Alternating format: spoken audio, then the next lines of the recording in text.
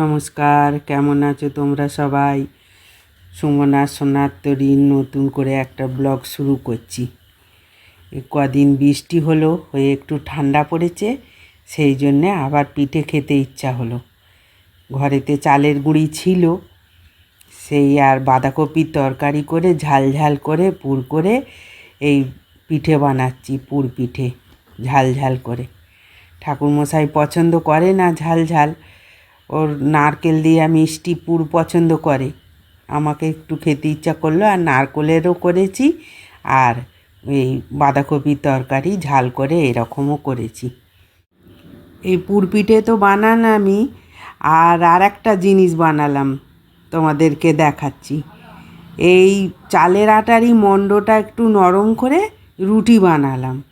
কি সুন্দর রুটিগুলো ফুলে গেল, আমার প্রথম অভিজ্ঞতা হলো, করলাম।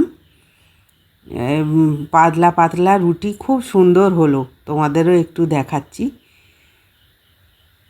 নরম হলো, কি সুন্দর হলো রুটিগুলো, প্রথম বানালাম আমি। কি মনে হলো তবে দেখি তৈরি করে।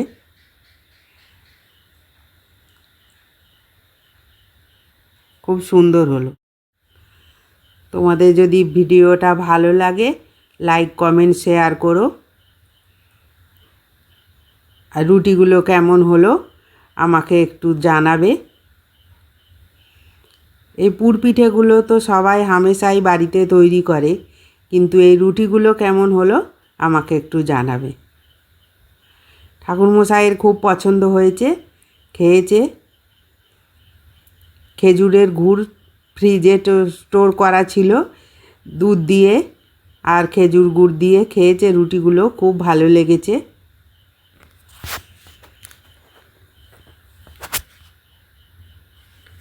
তোমাদের কেমন লাগলো জানাবে। ঠিক আছে, চলো আজ এই পর্যন্তই। আবার পরে একটা নতুন ব্লগ নিয়ে তোমাদের কাছে হাজির হব।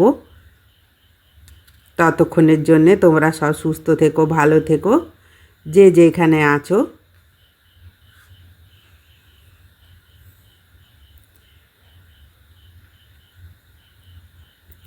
অল্প করে করেছি রুটিগুলো, বেশি করিনি।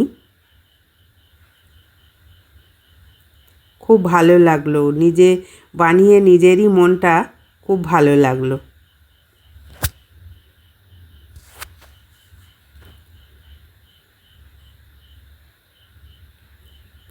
ঠিক আছে, চলো।